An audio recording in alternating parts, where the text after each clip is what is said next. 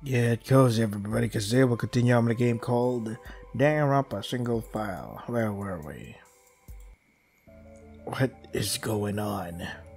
It's not just that violence has erupted so quickly, in such an extreme way, interrupting what we all assumed was going to be another of the peace brokers' childish games. It's my reaction.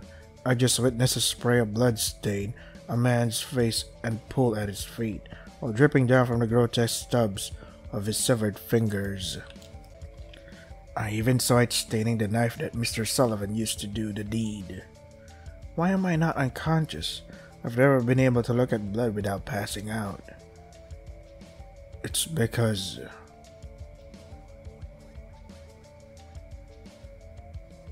that wasn't blood. It was synthetic blood, the kind used in automatons. It wasn't red, it was black, just like Miss Xavier's when she cut herself in the lab to demonstrate. She told me that they were all automatons. I didn't believe her. And the blood I thought I saw on that young man's knife, it was also black. Roger is an automaton. He's just like Miss Xavier, who must also be an automaton. See? The message from Miss Xavier is extremely succinct. Her point has just been made for her.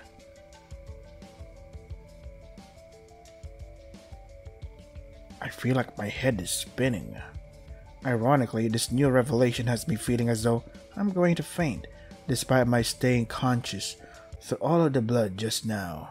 Tarnations! Vicky, hey Vicky, Vicky. Miss Donaway's voice sounds like a million miles away.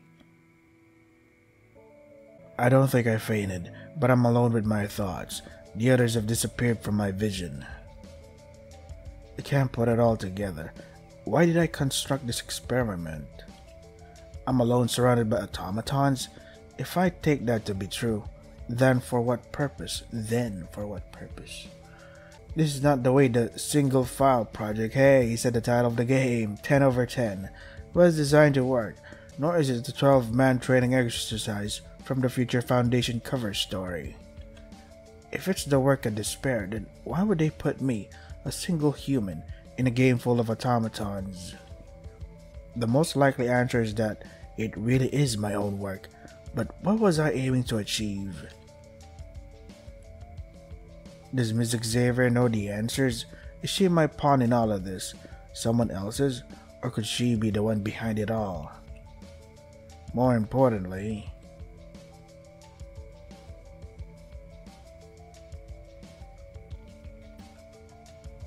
can I go on treating the others as normal human beings, knowing what I know about Roger? I did always say I was more comfortable around machines, but is this someone's attempt to undermine my efforts to stop me from caring about the fates of my peers? The challenge here is to defend all of their lives as fiercely as though they were human, despite my doubts. I wonder if such a thing is possible. When I snap out of my dizziness, I'm surprised to find myself on the Atari rail with Miss Xavier. It looks like not much time has passed.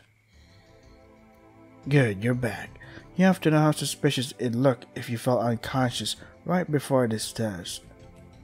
Yeah. Now see here. What happened after the incident with Mr. Dodger and Mr. Sullivan at the port? Is everyone alright? They're both here. The two of them were on the Atari rail together when it made its round to the mess hall. Apparently, Skip made a stop there to put the fingers on ice. The gun is also locked up in the same place. Even though that meathead sharpshooter wanted everyone to give it over to her, the mariner held his ground. After that, I got on from the laboratory. Right now, the train's probably got everybody who's going to be in the kill detector test. We're all a little late getting over there. It's a good thing that this wasn't made mandatory for any of us. I doubt that will improve Ataru Kuma's mood, however. So what? Who cares what that idiot thinks? As long as we didn't break any rules, we're okay. Now see here. I assume Mr. Dodger's being closely guarded now, isn't he? You got that right. Then again, even if he wasn't, the guy only just stopped howling in pain. He looks half dead. But if you're worried about him, you shouldn't be.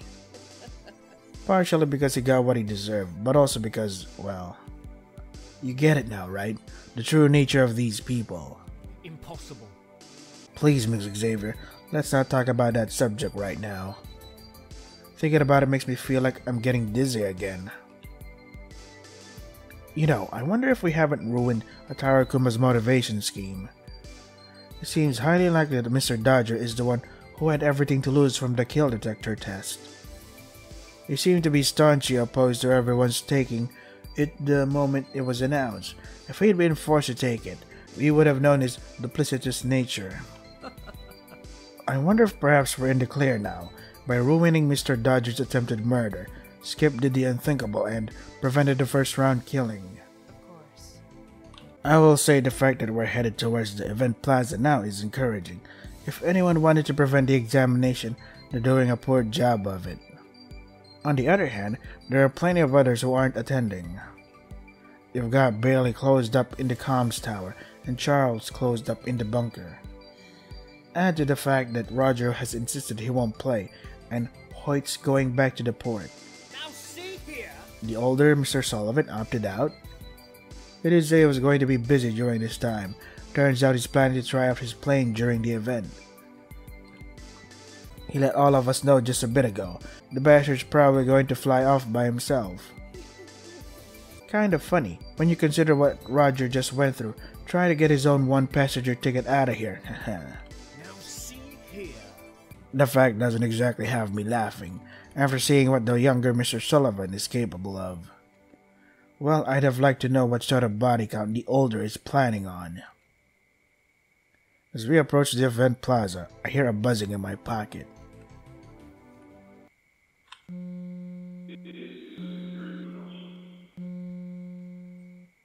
Attention, attention.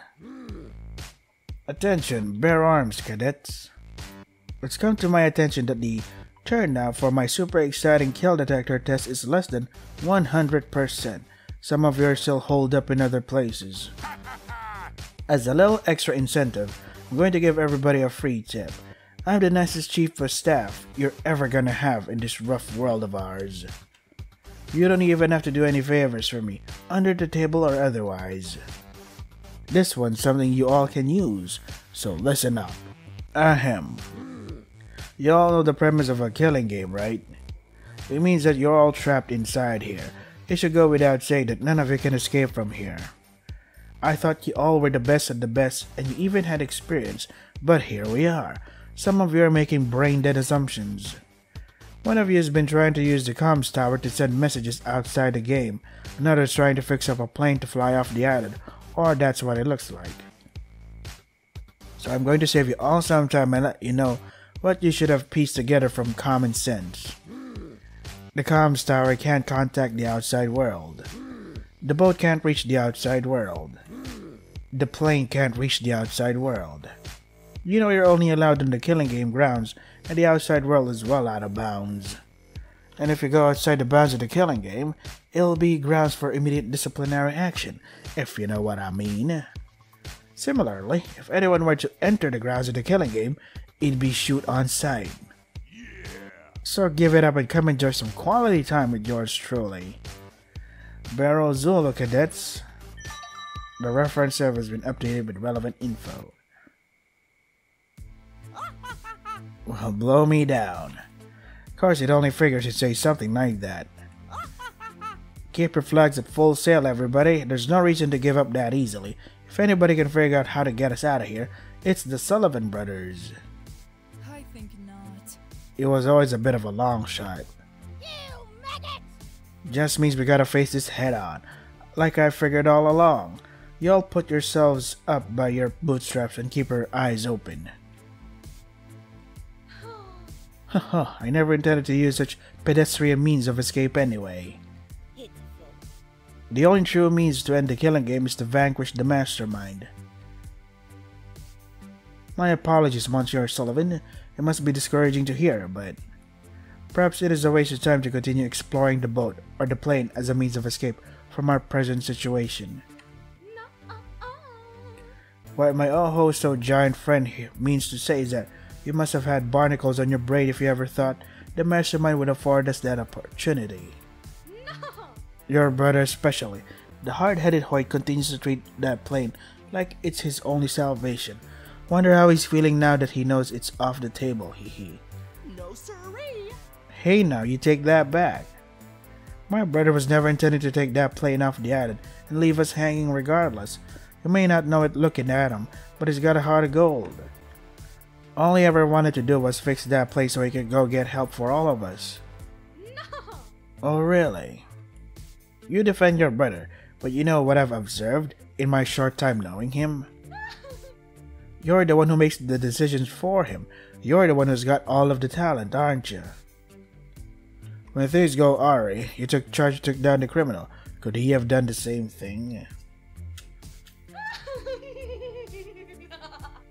In you, I see a fearless soldier, but in him, I see a scared little child who's looking for a way out of this godforsaken trap. He'd take that way out at the expense of any one of us. Yep, it's that knife again. No siree! Golly, it just ain't neighborly to badmouth somebody who's not here to defend himself. I'm telling you, my brother's got a heart of gold, okay? He's as true blue as the open sky. Now, my heart isn't so soft as his. Matter of fact, it's been hardened till it's like the, I don't know how to pronounce, necker on a mollusk shell. You'll have to get through me. Stay behind me, mademoiselle Low-Key. Relax, I'm not gonna hurt anybody. I just want to see that we all show each other the proper respect. Ma'am, I'm sure you're the greatest escape artist on the planet. Slippier than a moray eel. Oh, praise me more. All I'm asking is that you treat my brother with the same respect. You earned this title by being the best there is in the world at it. And he worked harder than anybody to earn it. Know your place, Skip. As long as I am here, your combat skill will avail you nothing. Break the piece at your own peril. You may lose more than just your fingers. Enough. Eliza, quit stirring the pot. Skip, do not rise to her taunts. Lee King, do not try to provoke fights. Kobe, quit trying to throw yourself in the path of danger. The way everyone's behaving, we won't last the night. A quiet falls over the Ataru rail. We've been at our destination for a few minutes now. We all begin to funnel off in silence, with Miss Xavier and myself at the front. The standoff has ended without any bloodshed, thankfully. The hot-blooded ones who'd been looking for a fight can do nothing but sulk now. I wonder if the older Mr. Sullivan will continue tinkering with his aircraft given these new rules. Save for Miss Listenin, unlike the others, she may have assumed her work on outside communication was being conducted in a discreet manner the game's master couldn't detect. My mind isn't on the conflict at hand. All I can think about is Mr. Dodger's black blood. The others must have seen it. They saw it, and somehow their brains didn't register it. It's like my mind is screaming that the killing game is the least of their concerns, compared to the question of your own nature. This sensation is so frustrating. I've never felt more alone in the world. I can't tell which is more painful. To think of them all as robots that have no need to be saved, asking nothing from me and offering nothing in return. Or to think that they are real, flesh and blood humans, that I'm losing my mind to hallucinations to add to the peril that we already face. The stage for the kill detector test has been set in front of the event plaza, where Ataru Kuma first made his appearance, just on the fringe of the forest. This time around he's closed off a few spaces with large crude tents, nothing more than a series of poles and stretched curtains. It gives the plaza grounds a look as though he's planning a blood donation drive. I'd imagine the lie detector machine itself is hooked up behind the largest curtain. Each time the sheet flutters in the breeze, I get a glimpse of something metallic waiting back there. Surprisingly, Tarakuma is not the first familiar face to greet us as we enter the event plaza. A monitor robot displaying the face of Mr. Debunker wheels its way towards us and stops in our path. Oh my, it's good to see everyone's in one piece. You're joking. One pizza. I've got 4 subs on my right hand that say otherwise. Oh dear. That was a nasty business, I have to say. I appreciate your dedication to your own survival, but that was a very risky way to go about mounting an escape. Regardless, I'm glad that I chose not to attend your icebreaker. No? Don't you guys know I'm a potty veteran? I swear none of you guys know how to appreciate my... No siree. That's enough out of you, chum. I don't think anybody needs to hear your tall tale again. As you wish. I for one regret that you have, as of yet, been unable to attend our many gatherings. There's only so much we can learn about one another if we don't communicate. I'd like to take this time to tell you everything I've learned about the others and, just as importantly, to get to know you. What have you been up to, alone in that bunker? I'd imagine you have your own way of using the time productively. But of course. Oh wow, how flattering, truly. I'd say I'm using the time very productively indeed. Staying alive is the most productive thing that one can do. I've mostly been watching the monitors and consuming canned food. It's important that I stock up nutrition now. Never know what a Tarakuma might decide to do to my food supply. Watching everyone else's adventures, the few I can see, has been the most entertaining thing for me. I've developed so many interesting headcanons related to all of you. Would you like to hear about them? I think I can already tell how people are going to pair up. Which of you are interested in each other? I see. Well, we do have some extra time. Let's talk over there. Bear arms, cadets. Ordinarily, I get out on the stage and do my song and dance, regale you with a few of my war stories, plant the seeds of camaraderie and such. But you sorry excuses for soldiers are so late, I've got to budget my time. Rather than upon the stage, a Tarakuma has appeared from around the flap of one of the tents. One could almost be tricked into thinking he'd had to do any sort of physical labor setting up the place, but usually, these environments are more likely to rise up out of the ground or some nonsense. For your privacy, we've got a tent set up here that'll stop prying eyes. Except for my one good eye, of course, I get to pry all I want, being the chief of staff, but don't worry about that. Ain't you broadcasting the results anyway, you green galoot? Who gives a hoot if the test is private or not? Well, you see... To administer the test, I need each of you to take off your own shirt, so I can stick all kinds of science fiction suction cups all over your body. I'd take it off for you, but that kind of thing is frowned upon by top brass. Mask will come off too, if you're wearing one. Kind of a unique problem we ended up with in this batch of rookies. If you don't want to be seen topless in front of all your friends, I'd recommend using the tent. This is humiliating. Ah, great, he came up with yet another reason to avoid taking the test. Hey, being alone shirtless in the tent with your chief of staff, who is also without a shirt, is the definition of a good time. Buddy soldiers ought to spend as much time shirtless around each other as possible. There's a lot of movies that teach us that. As much as I appreciate the overall vibe of shirtlessness, I have a question. I know, it's your stupid fingers. The way you use those things, you ought to be surprised it took somebody this long to cut them off. You're wondering if we can reattach those fingers, right? Answer's no, but we can stop the bleeding a little better than your neck towel, har har. One of these tents is a nurse's tent. Head over there and I'll be with you in a bit for some personal attention. At least somebody here still gives a damn about whether I'm alive or dead. Roger pushes off Mr. Eatwell, who had taken the dual duties of protecting him and keeping an eye on him, and disappears behind the curtain of the tent Tarakuma pointed towards. I think not. I'm afraid I'll have to opt out of the test, given this new information. What? I wear this mask to protect my identity. I'm not going to take it off for the sake of the test. Really? Oh, how suspicious. Is protecting the identity really more important than proving you're not a killer? You have it.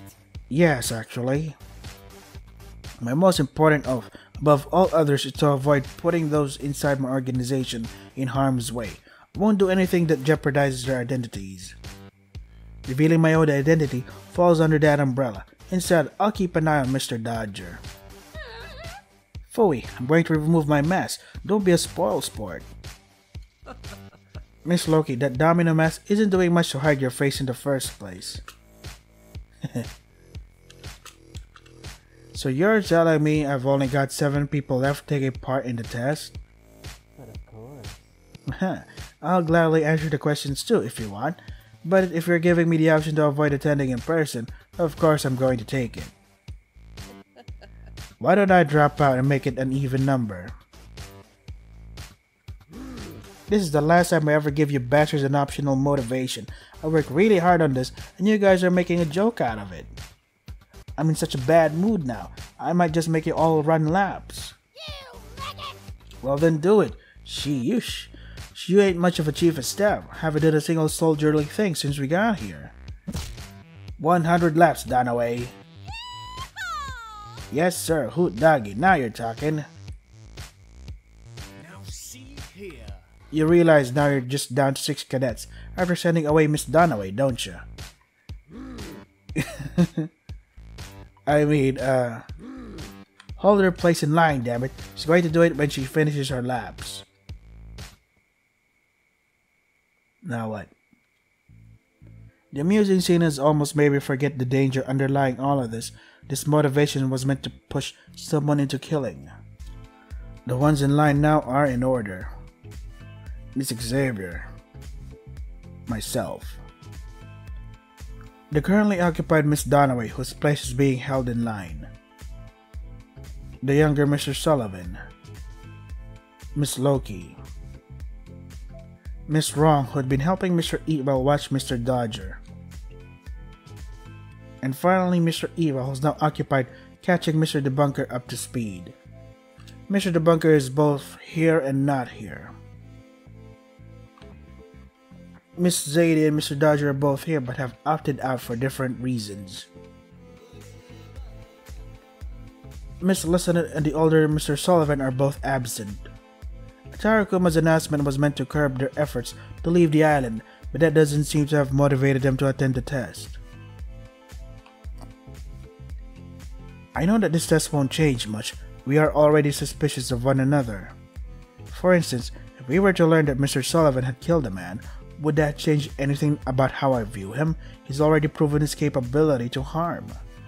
Anyone elected to stand in line must feel fairly confident about their answer. Trying to reason everything out isn't helping. I'm the ultimate researcher specializing in the study of the killing games, but have I managed to accomplish anything since I came here? I'm no closer to putting together a solution, nor have I been successful in my attempts to bring the others closer. Suddenly my heart is racing out of control. I clutch at my chest and feel my breathing becoming ragged. This is another trap. I want to call out to everyone. To warn them? No. To plead with them to stop. I want to beg all of them to hold off killing, to give me more time. I can figure this out, I just need more time. Can't you lot go without threatening each other with guns or chopping off each other's fingers for just another day? These people, be they humans or robots, decide to mimic humans. People are the problem with the killing game. Irrational decisions are everywhere. There's never enough data to predict their actions. I can't predict anything. You're up, Grumpy. Miss Xavier walks forward at Tarakuma's instruction. I want to reach out and stop her, but I have no justification. Please. Please, someone explain this to me. Give me some kind of clue to put it together before the inevitable happens. I don't want to see another death. Who's that?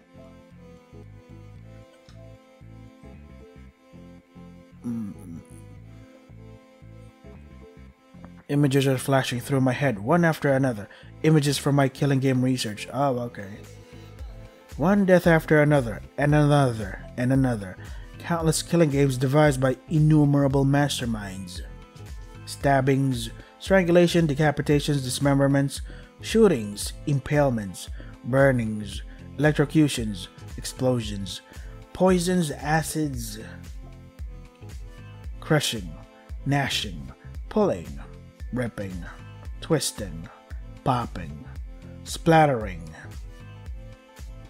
dying, but not before mistrusting, crying, howling, bleeding, convulsing, and enduring pointless suffering. Why would humanity ever want this? Why has humanity chosen something like this? Why are there two this? Even if history went awry and one human created despair, why did the rest of humanity embrace it? I don't understand. Humans. That's because it's entertainment. And yet you still want to save them? I see words moving across my field of vision, courtesy of the Spyglass's messaging system.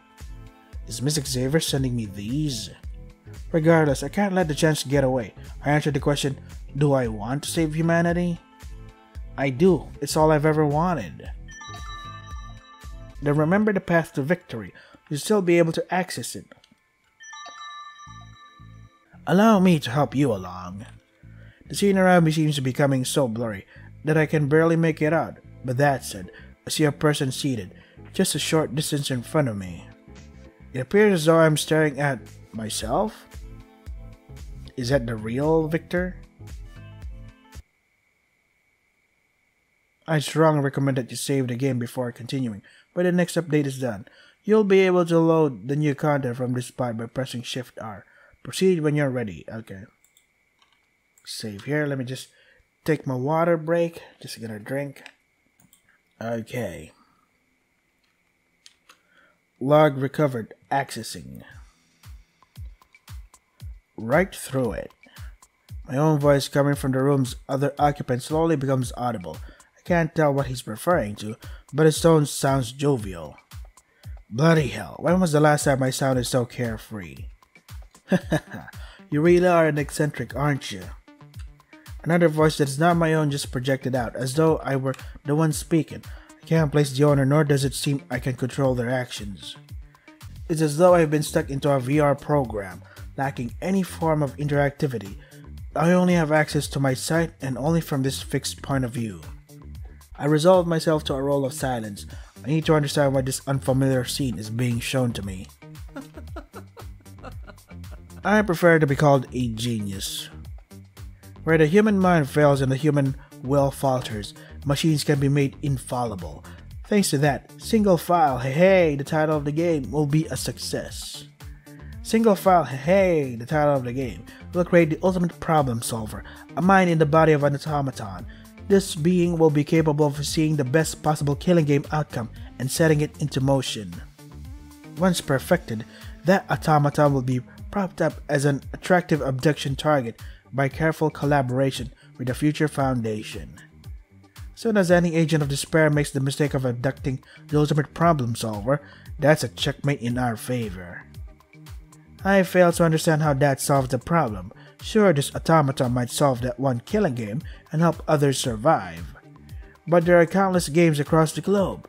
Even if it could make hundreds of those automatons, positioning them all as attractive targets would be impossible.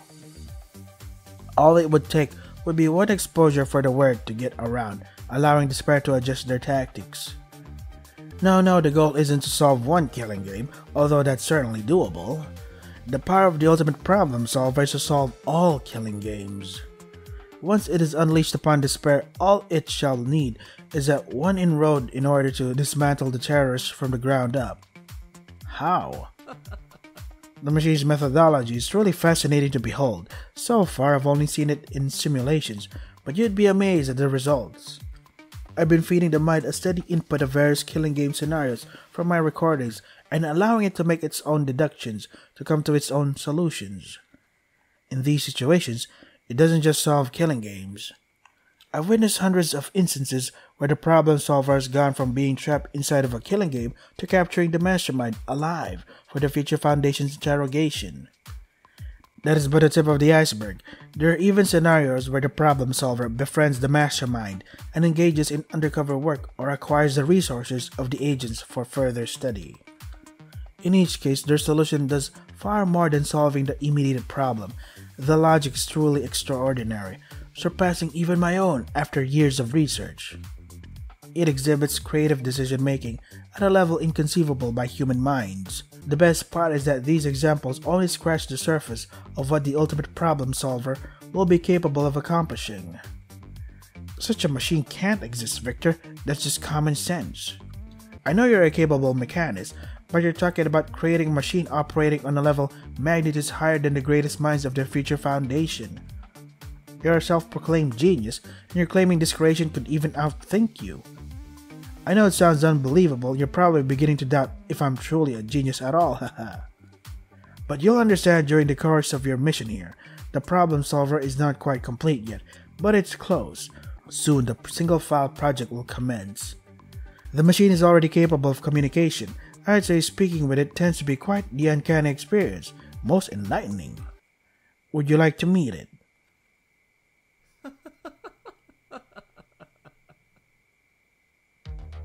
Oh, okay. Darn. So yeah, everybody's a machine here. You finished the chapter 1 daily life, most of it anyway. Please anticipate chapter 1 killing life. Stay safe out there, cadets. Aim. So yeah, everyone's an automaton, and the real Victor is doing an experiment on us. Cool. You can now click follow this project on Discord or itch.io. Thank you again for reading. Click to follow. So that's it. Alright then.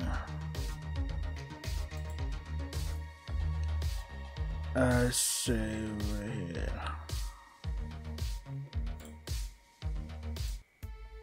So yeah, we did it.